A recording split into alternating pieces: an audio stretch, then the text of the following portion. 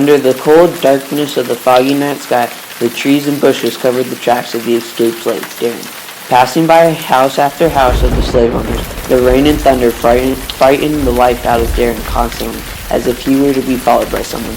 After 5 painful days of walking and walking, there was a soft glowing light in the distance of a house. The stairs creaked and the door whined as the door opened. Who's there? I'm in need of help.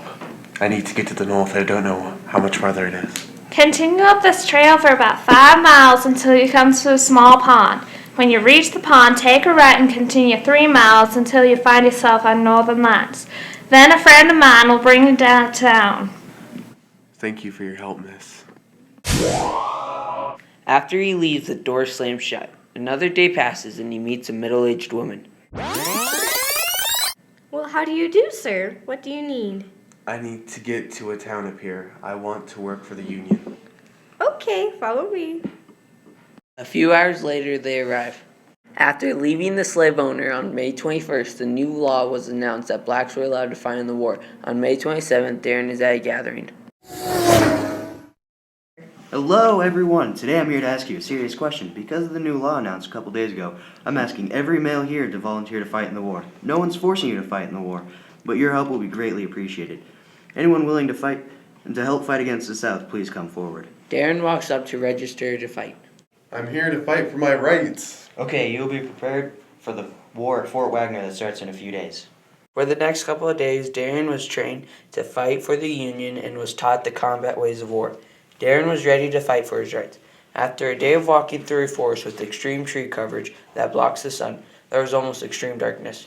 There was thoughts that an ambush could arrive at any moment. With animals screeching and leaves giving off a crunchy sound, every soldier was watching their backs. They eventually arrived at Fort Wagner where gunshots went off.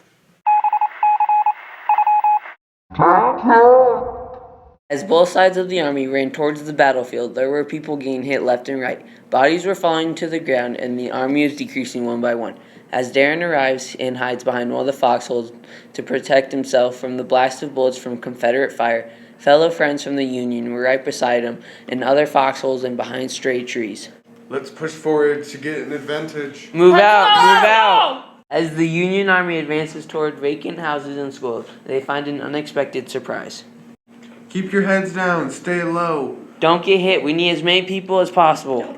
As everyone goes into cover, there is a loud noise heard. They're launching cannons. Get down, get down! As the war progresses on, the Confederacy starts to gain the upper hand in the Battle of Fort Wagner.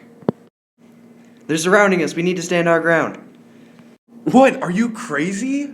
Darren's right. We're going to have to go back. We'll be sitting ducks if we don't leave. The soldiers decide to retreat and leave the commander behind when they see him get hit by a bullet and lay still on the ground. Instead of grabbing him and saving them, they run away.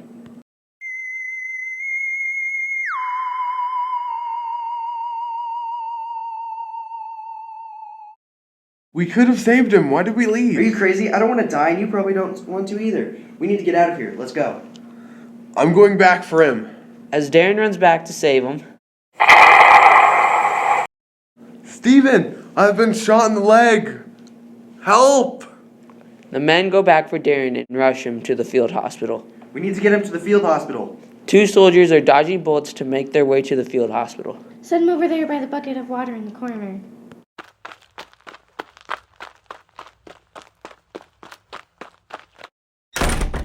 Ow, watch it, that hurts. I'm very sorry, sir, but I need you to fight the pain. Here, write down on this. Darren is given a rag.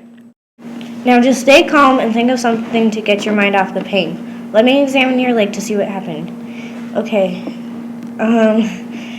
Your leg isn't in the best condition. I'm sorry, sir, but I'm afraid you're going to have to lose it. The blood is gushing out so much, and you got shot in the bone, so the marrow is escaping your body. If too much comes out, death might approach. I will take around 10 to 15 minutes to do this procedure.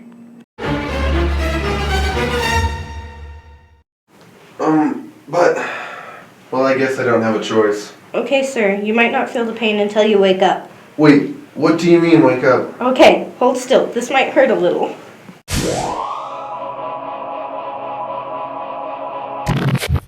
Wait, where am I? Attack! Wait, what's happening? After what it seems as a few hours, the soldiers have appeared to have given up, and almost everyone has fatal wounds. Everywhere you look, gashes on the sides of people's heads, dead soldiers' mangled bodies scattered on the field, blood running into a nearby stream causing it to turn red, and soldiers falling dead in their tracks, covered in their own blood. We need to retreat. Fall back. Fall back. Oh my gosh, look at what is happening. People are dying because of the Act of Independence. Because I was a slave, people had the courage to lose their life so I could have independence. And an ability to do what I want. I owe my life to these people, and I just ran away instead of fighting like these brave heroes. He slowly watches his own commander and friend cough up blood and fall forward, screaming in pain and agony, blood seeping through their uniforms and eventually taking their final breath. He knows what to do.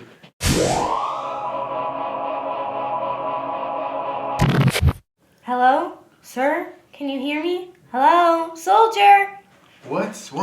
Where am I? You're in the field hospital. I was able to amputate your leg, but the bone in your leg started to decay and turn brown. Eventually, you ended up passing out for a while. There are two things you could do to move. You could hop on one leg, or go find a stick and carve it into something you can walk with. Retreat, people, run! Run! We're gonna run! We've got to get out of here. As the Confederacy slowly but surely took over the Union Army with deadly force, Darren and the rest of the army retreated by running and carrying Darren and other wounded soldiers with them. They regrouped and returned to the Union territory to examine their wounds and form into a bigger force. After retreating with Darren's leg amputated, they arrived in West Virginia. Hello, sir. Would you like a room to stay in and relax? No, thank you. But I would like to ask if you know where any jobs are available. Yes, there are two. One for being a manufacturer maker for weaponry, and the other is a job as a designer for new technology. Okay, thank you very much. Darren travels to the southern part of West Virginia to work as a manufacturer maker. He tests the weapons to see if they function well. Okay, fools. Today we need to get a good day's work out of you. Yes, sir. 2 hours later. Weapon number 312. Weapon number 313. Huh? That's weird. Hey Kate, come check this out. This hasn't happened before. What happened? It isn't firing. Let me try. As Kate keeps pulling the trigger, the gun finally fires. In the other direction, Kate gets a bullet to the forehead and drops dead. As she chokes on her blood to a rather quick death, the blood starts soaking in her clothes and is going around her dead body. Darren has to get out of there without being caught or he will join Kate. Hey, are there any jobs available around here? No, sorry. Everything is taken. Okay, thank you. Darren cannot live without money, and since there are no jobs available, he is needed to go back into the army. I am here to register. Okay, there's a war in Richmond that you could help with. Okay, I will. Because of his lost leg, Darren is unable to work in the front lines, so he has to work as a nurse or anything possible behind the front lines. We need some water. Hold still. You'll be okay. Relax. Only a minor wound, you'll be okay. Here's ammo for you, and you, and you. Here's food for you, and for you. We're pushing forward, move up! As everyone moves forward, Darren is barely missed by a cannon shot, landing right in front of him, but it still launches him backwards, landing on bayonet, stabbing him right through the chest.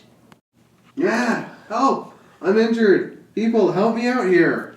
Everyone is pushing forward and no one notices that Darren is hurt. Guys, come back. Ow! Guys, help! Ah!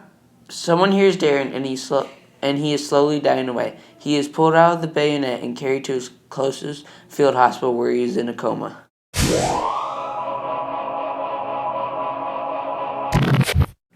Wow, where am I? Not this again. Another hallucination. Are we at a cemetery? Many people fought for the Union. They are greatly appreciated. For the field hospitals, for the weaponry, ammo gathering, food giving, fighting, scouting, spying, and so on.